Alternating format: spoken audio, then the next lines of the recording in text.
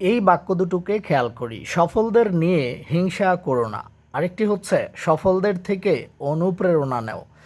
এই যে বাক্য দুটো রয়েছে এখানে, এই বাক্য দুটো দিয়ে আমরা যেই ব্যাপারটি অর্থাৎ গ্রামার ফোকাসটি ক্লিয়ার করব সেটি হচ্ছে বাংলায় যেই বাক্যের দ্বারা আদেশ, অনুরোধ, উপদেশ এবং নিষেধ বোঝানো হয়ে থাকে সেই বাক্যগুলোকে ইংরেজিতে ইম্পারেটিভ সেন্টেন্স বলা হয় এবং বাক্যগুলো ভার্ব দিয়ে শুরু হয়ে থাকে। এটি মূল ভার্ব হতে পারে, অক্সিলারি ভার্বও হতে পারে। সো এইখন আমরা যে জিনিসটি শিওর হলাম যে সফলদের নিয়ে হিংসা করো না নিষেধ করছে, সফলদের থেকে অনুপ্রেরণা নেওয়ার জন্য বলা হচ্ছে। সো এইখানে আদেশ, অনুরোধ, উপদেশ এবং নিষেধ এগুলোর মধ্য থেকেই বোঝানো হচ্ছে, আর যার কারণে এই বাক্যগুলো ভার্ব দিয়ে শুরু হবে। সো এই জাতীয় যত বাক্য আছে যেগুলো আদেশ, অনুরোধ, উপদেশ এবং নিষেধ বোঝায় সেগুলো আমরা সরাসরি ভার্ব দিয়ে শুরু করতে পারবো। সো প্রথম বাক্যটির মধ্যে যাই, সফলদের নিয়ে হিংসা করো না। এখানে নাবোধক একটি শব্দ আছে যার কারণে মূল ভার্বের পরিবর্তে অক্সিলারি ভার্ব দিয়ে আগে বাক্যটি শুরু করতে হবে। কেন অক্সিলারি ভার্ব? কারণ এই নাবোধক শব্দের সাথে একটি অক্সিলারি ভার্ব সহ যুক্ত করতে হবে। আমরা শর্টেও লিখতে পারি, ফুল ফর্মেও লিখতে পারি, অর্থাৎ ডোন্ট লিখতে পারি অথবা ডো নট লিখতে পারি। এবার আমরা ভার্ব দিয়ে শুরু করব বলেছিলাম বাক্যটি, এটি অক্সিলারি ভার্ব দিয়ে শুরু হয়েছে। মূল ভার্ব কিন্তু এখনও লিখিনি। মূল ভার্ব হচ্ছে হিংসা করা। এই হিংসা করার ক্ষেত্রে আমরা লিখতে পারি এনভি।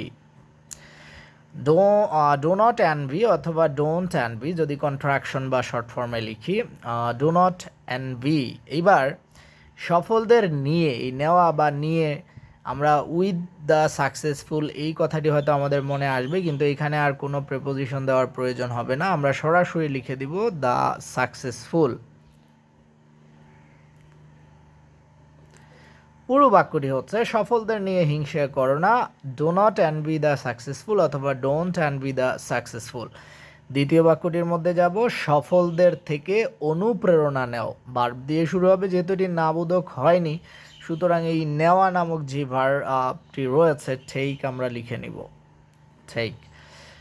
এরপর আমাদেরকে বাকি অংশগুলো পর্যায়ক্রমে লিখতে হবে। সো বলছে কি নিতে? অনুপ্রেরণা। আমরা লিখবো হচ্ছে ইন্সপাইরেশন। ইন্সপাইরেশন বা লিখে নিব ইন্সপাইরেশন। সো টেক ইন্সপাইরেশন মানে হচ্ছে নেও, কি নিব? অনুপ্রেরণা। এবার সফলদের থেকে, আমরা জানি এখানে এই থেকে নামক একটি প্রেপোজিশন রয়েছে, সেটি আমরা লিখব ফ্রম।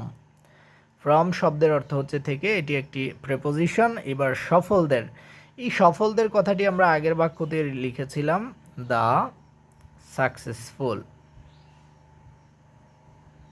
সাকসেসফুল পুরো বাক্যটি হচ্ছে take inspiration from the successful. আশা করছি সবাই এই দুটি বাক্য খুব সুন্দরভাবেই বুঝতে পেরেছেন।